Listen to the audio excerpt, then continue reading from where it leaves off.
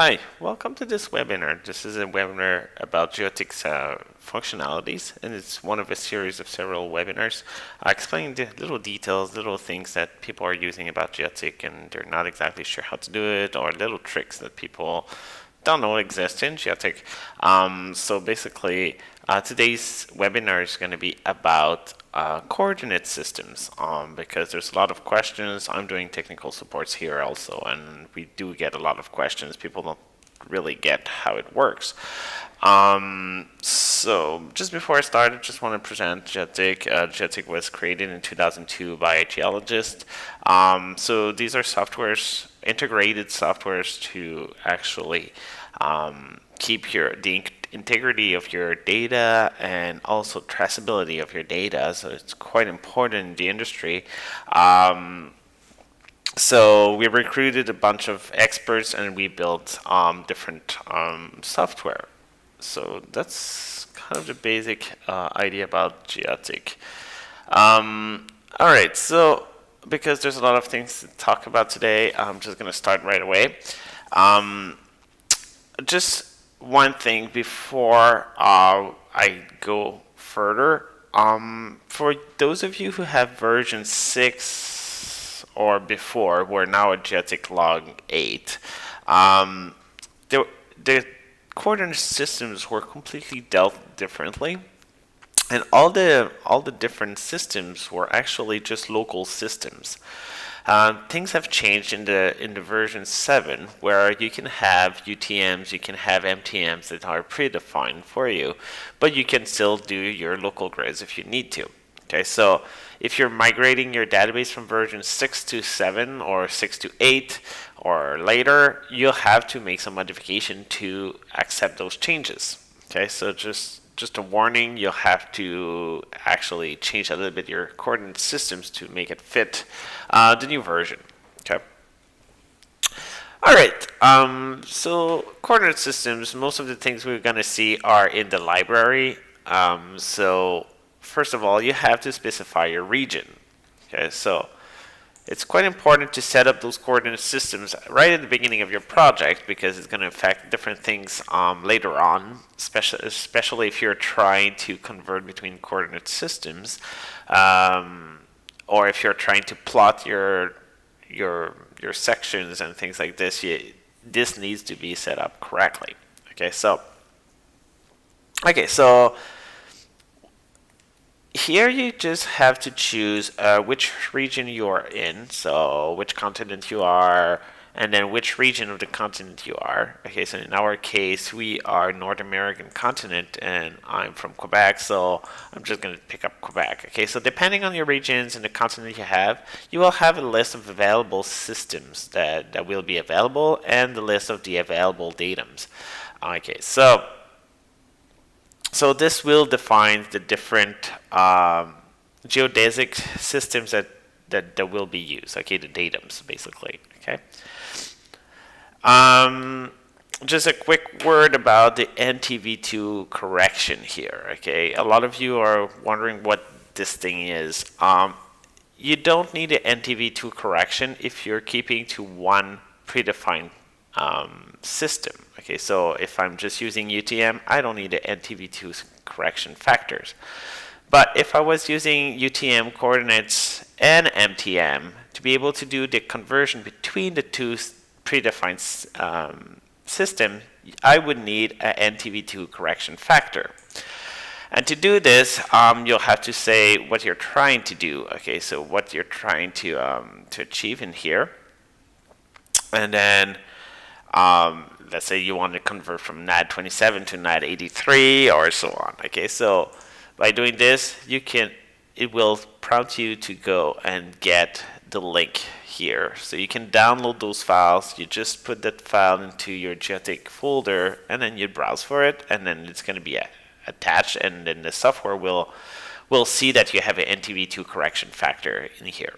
Okay, but like I mentioned, if you just have a local grid and a UTM, or a local grid and MTM, or something like this, you don't need an NTV2 correction factor. Okay, so So this is just used, for mostly in our case here, is from NAD27 to NAD83, for example. You'll need this. But also if you have from MTM to UTM, you'll probably need it. Okay. Okay, so I'm just going to keep it to none for now, but this is the NTV2 correction factor. Okay, so first of all, okay, so you've set up what is your region, so that's fine. And now we get to the coordinate systems. Okay, so before we get into that, you have to understand what is a zone. Okay, because the Earth is divided into different types of data. And when we talked about datum, actually, it's just like an approximate of the quasi-spherical surface of the Earth. Okay, so it really depends on this. Okay, so it's just a way of dividing the Earth into different sectors to approximate the length and so on, to just define where you are in space. Okay, so there's different types of datums. So you have the NAD27, which was the North American datum from 1927. You have NAD83, which is North American datum from 1983. You have the WGS84, which is the World Geodetic System of 1984, which is actually one of the mostly used datum in the world. Not so much in North America, but like elsewhere in the world, this is very well used. And then you have, for example, Clark 1880, which is quite old, but is still very used in Africa, for example. Okay, so these are different types of datum. Okay, so once again, it's just to approximate the fact that the Earth is not totally round and it's not spherical. So you just have to compensate a little bit. Okay, but the fact that you have different datum is not very convenient because these are just approximation. Okay, they're not exact. So that means that you have some shapes that are distorted. It's impossible to measure, to do measurements. Okay, especially when you're close to the poles, for example. Okay, so you cannot be really specific with this. Okay, so that's why most people use projected coordinate systems. Okay, so you have different types of projections. Okay. But using those projections, okay, you can't get all the characteristic right. So when we say characteristics, I'm talking about shape, distance, and surface. Okay, so using a projected coordinate systems, I cannot get the shape, distance, and surface to be exactly what they're supposed to be. Okay, so when you're using UTM, actually, you keep the shapes and angles. Okay, but you don't get necessarily the distance right. Okay, so that's why we need to do some corrections afterwards. Okay, so I'm just talking about a little bit the basics here, so that you understand where I'm going to with all the different other parameters in here. Okay, so let's just give you an example. Okay, nothing here. Let's go back a little bit. Okay, so let's say we take Panama. Okay, so Panama has a real size of 75,517 kilometers square, but depending on which projection you're using, you will get different size. And you can see here you have different overlapping images of Panama depending on which datum you've been using. Okay, so it does distort quite a bit. Okay, so if you're noticing right in the middle, it's not too bad. There's not much distortion, but as you get further, it does get quite off. Okay, and then you get different area, sorry, that are not exactly what they're supposed to be. Okay, so these two are actually just a little bit closer to what their real size of Panama is. Okay, so in this case, they're using UTM, which is actually a very good approximation, but it's not totally right. Okay, so it really depends on what you're doing here. Okay, so no projected coordinate systems are equal on large surface. Okay, so like a whole country, for example, is not exactly equal. So that's why in Quebec, for example, we've developed different other systems like the MTM system, okay, which is just smaller zones that are there to divide the area of Quebec, for example. Actually, it was built for the whole Canada, but was not really used elsewhere in Canada except in Quebec, okay? People have also decided to use UTM and divide it into different subzones, so that's why you have zones. Okay, so for example, Panama is in zone 17, so depending on where you are, you'll be in a zone. So we divided that big UTM data into different zones to be more specific and be more precise about our data. Okay, so different things to know about zones. For example, let's start with UTM. Okay, so UTM, you have 60 zones around the world. Okay, so UTM stands for Universal Transverse Mercator. Sorry, and then each zone corresponds to 6 degrees. Okay, so it goes from Greenwich and then goes from 6 degrees all the time. Okay, so the central meridian of each zone is 500,000 meter east. Okay, so one zone is actually 1 million meter, okay, wide. Okay, the scale factor, the central meridian is 0.9996. Okay, we'll come back to the scale factor a little bit later. Okay, so let's just have a look. Okay, so this is, for example, zone 28, but each zone are fairly similar. Okay, this is only for the north hemisphere, but it's the similar thing for the southern hemisphere. Whoops, sorry. Okay, so what you see is actually the zone is defined like parallel lines, but in reality, because of the spherical aspect of the Earth, it's much larger at the equator than it is at the pole. Okay, so you have to think the zone to be a little bit distorted to be able to compensate for everything. Okay, so here, this is 500,000 meter, this is 500,000 meter, this is 500,000 meter, but in reality, this is probably less than this, right? So you do have some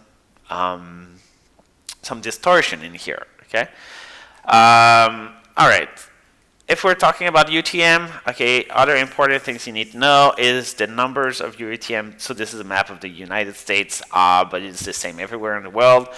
So the UTM zones just increase going eastward. Okay, so if you're in Quebec, you're probably in zone 18 or 19. If you're in Ontario, you're probably 15, 16, 17, and so on. Okay, so they increase eastward. If we talk about MTM, it's a little bit different. Okay, here I have some images about MTM, UTM and MTM zones in Ontario. Okay, so Ontario, you have 15, 16, 17, and a little bit of 18 there. But MTM zones also exist in Ontario. They're not very well known, and they exist mostly in the eastern provinces of Canada. But elsewhere in the world, this system doesn't really exist. And in Ontario, it's actually quite funny because the zones are overlapping and you have two different sets of zones and so on. Okay. So characteristic of MTM zones. I'm just going to say a few words about this because it's well known and used in Quebec, principle, like mainly. So opposite to UTM, your zone number increases westward, so in the opposite direction, and each zone is 3 degrees wide instead of 6 degrees. Okay, so the central meridian is at 304,800 meter, and so that makes the zones much smaller. It's like half the size of UTM, so it makes it more precise and you have less distortion. However, so this could be very, very practical, but if you have a project that is really close to the border of the two zones, then it can be more tricky to deal with. Okay, so there's like a balance of making smaller zones and just knowing how to use this. Okay, so Just keep that in mind. And for those of you in Quebec, we have also another system that is called the Quebec Lambert, which is actually a projection that covers the whole province of Quebec. Okay, so it goes from minus 800,000 to 800,000 east, and then it has a central meridian of 0, and the north thing goes from 0 to 2,100,000 meter. Okay, so we have another system that is very unique to Quebec. Okay, so we do get those projections everywhere in North America, mostly. Okay, so I'm talking mostly about UTM, MTM, because a lot of you are either in Canada or United States. So that's why I focus on this. Okay, so but there's other projected systems that do exist.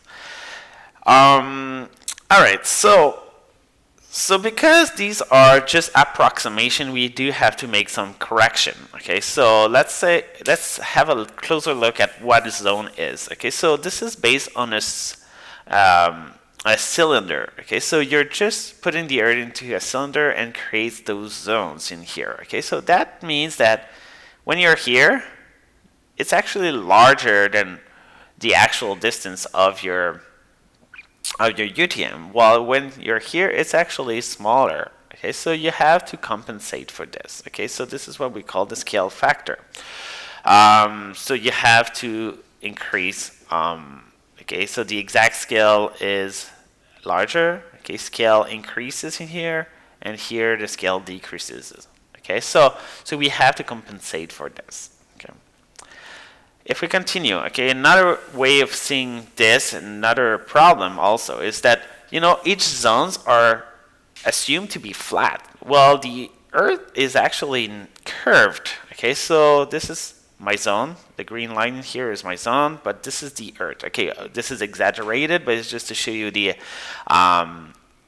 idea in here. Okay, so you have your Earth ellipsoid. So this is an approximation of the roundness of the Earth. Okay, so this is what the WGS 84 or NAT 83 and so on. Okay, so you have the projection surface in here. So that means that if you're in here, okay, and you measure something, okay, on the field, this is what you measure. But when you get in here, you'll see that your real on the map, it's going to look smaller than what it is on real. Okay, and the opposite is actually true in here, where if you measure something, it's going to appear much larger on your UTM than what it is really. Okay, so that's why we have some formula, and then we can just balance the distortion in there. Okay, so this is also part of the scale factor.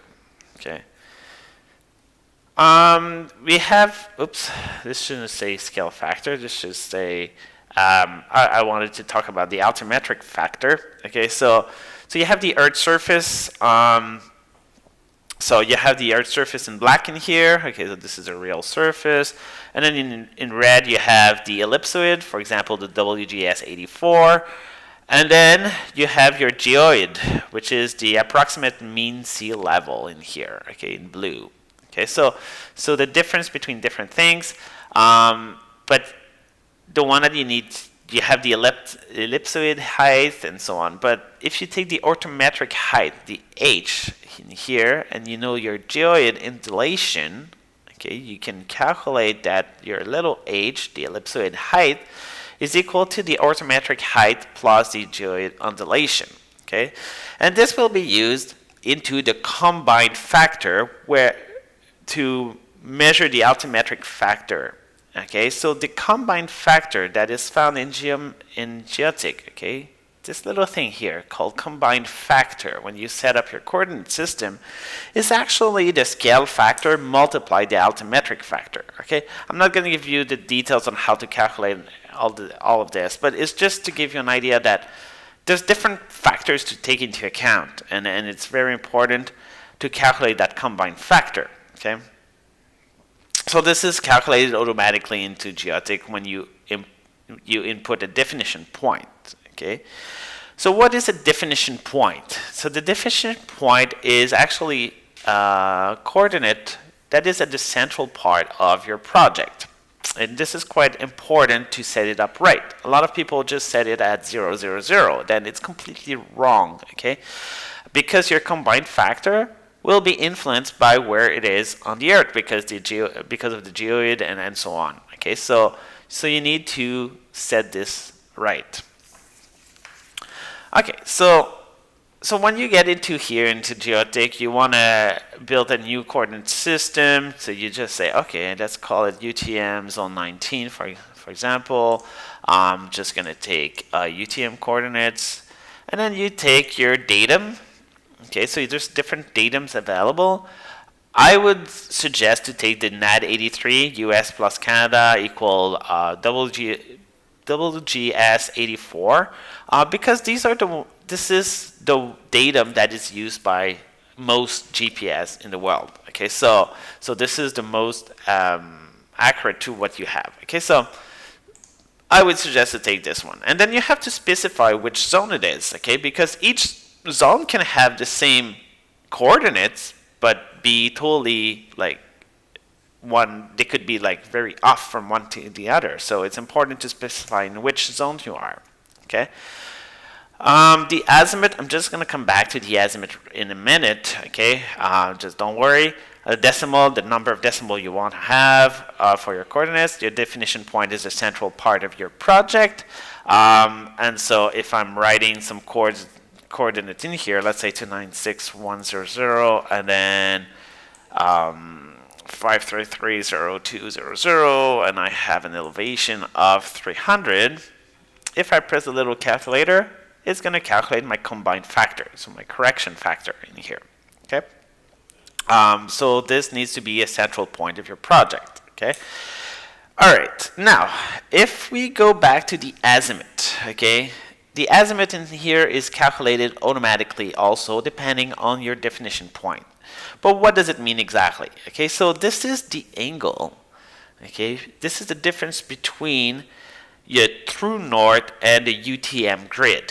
Okay, so there's a distinction between the UTM grid and the true north grid. Okay, and you have to remember that Geotic works only in true north. Okay, so let's go back to our drawings that we had before. Okay, so if I'm here, okay, so this is the this is how we calculate this. Okay, so this is just a cone, so that means this is my zone, so it's actually distorted, right? And so this is actually like a zone. Okay, now we have the north hemisphere and the southern hemisphere. So if you're right at the meridian, okay, so there's absolutely no problem. Your UTM, your grid and your true north grid, I'm always talking about UTM, but actually it could be MTM or other things, right? Will be exactly the same, and that's not a problem. Exactly the same. But if you're here, okay, because of the distortion, the grid north will still be up like this, but the true north is actually like this, because if you're there, the North Pole is there. So this is a geographic north. You're pointing this way. So there's a distortion between the two. Okay, so it's the same thing in the northern hemisphere, the southern hemisphere, I mean. So this is the little azimuth that we're calculating into Geotic log. Okay, so for example, okay, in this example, I have 3 different grids. Okay, so I have my UTM grid, I have my my true north grid, and I have a local grid. Okay, my definition point in this case was set up in here. Okay, that little place in the middle. Okay, where I set up my local grid with an angle. And don't forget, when you do this, a local grid, you have to take the angle from the true north and not your UTM grid, for example. Okay. And this is the little angle you get off from this, okay? So if I'm going back to here, basically the further you are from the central meridian and the further north you are, the angle will increase, okay? You will have a bigger difference between the true north and the UTM grid, okay? So this is to keep in mind.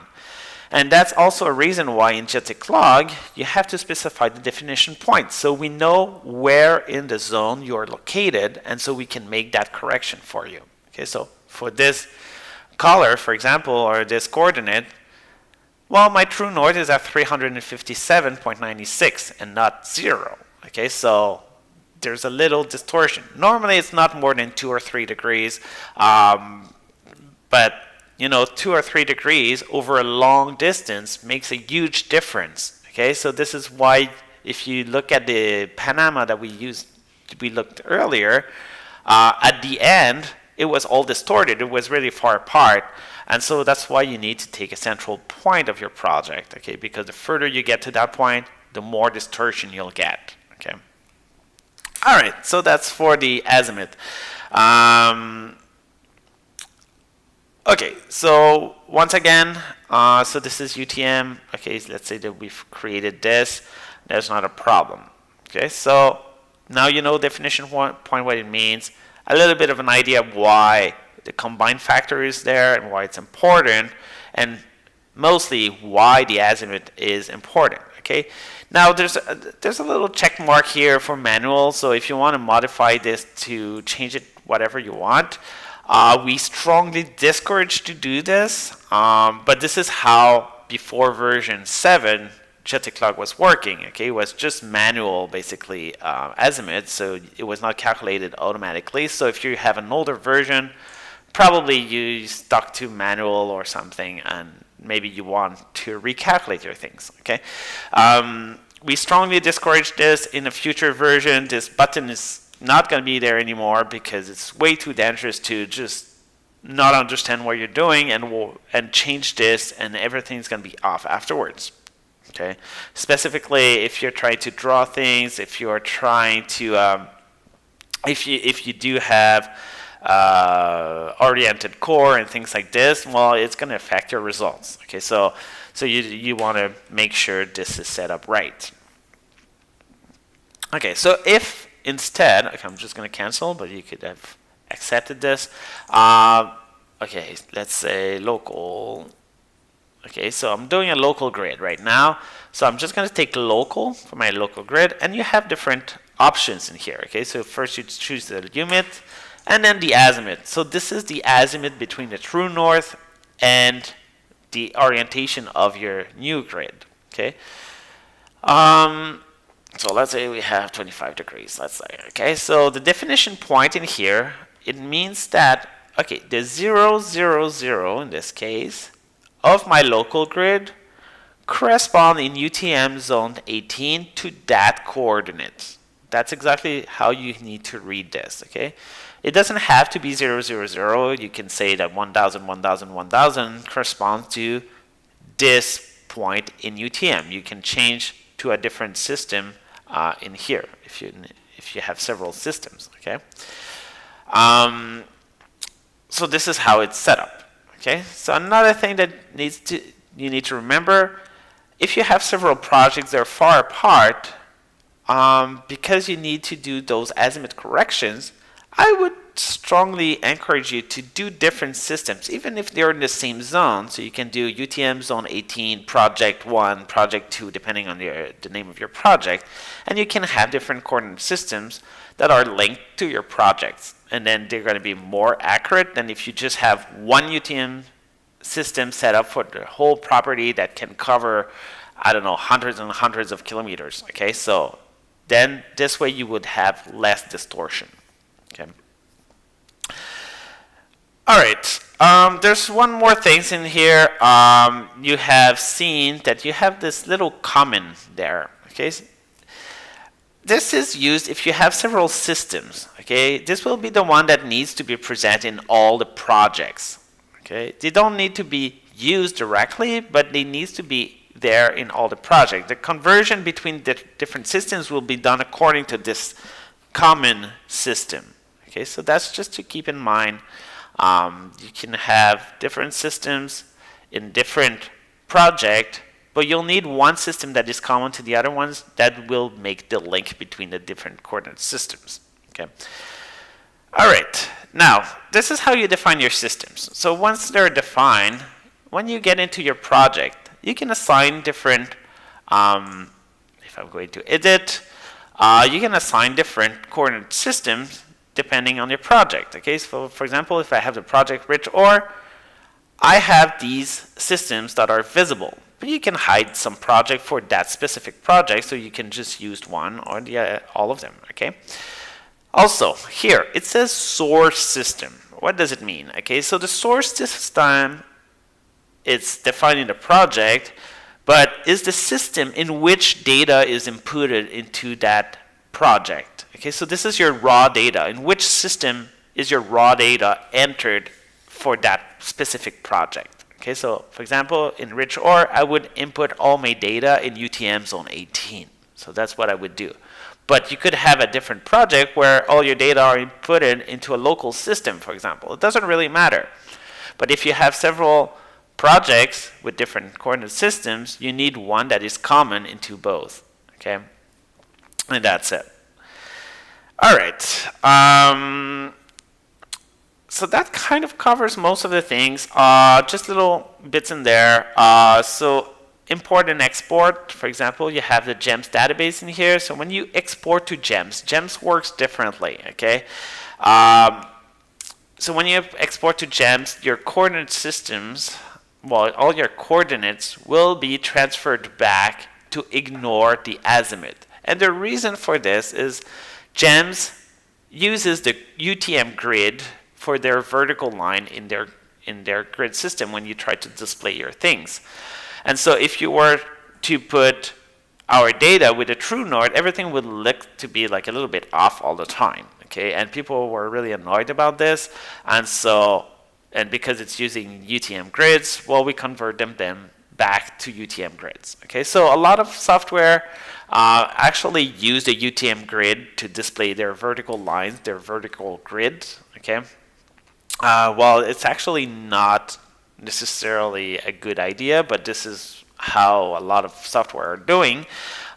So if you're doing a hole that is due south, for example, and you put it into a UTM grid, it will look like it's a little bit off. Okay, so don't worry, it's normal. It's just because you have a different grid than true north grid. Okay, so that's just to keep in mind. Okay, so that's it for me for today. I hope it did help demystify a lot of these coordinate system problems. I hope I've been able to explain a little bit how it's set up, what it means, how to adjust the azimuth, and the importance of the azimuth actually, and how to set up your different project with different things. So I'll be here. I'll be waiting for your questions. And so if you have anything, just tell us. All right. Oops.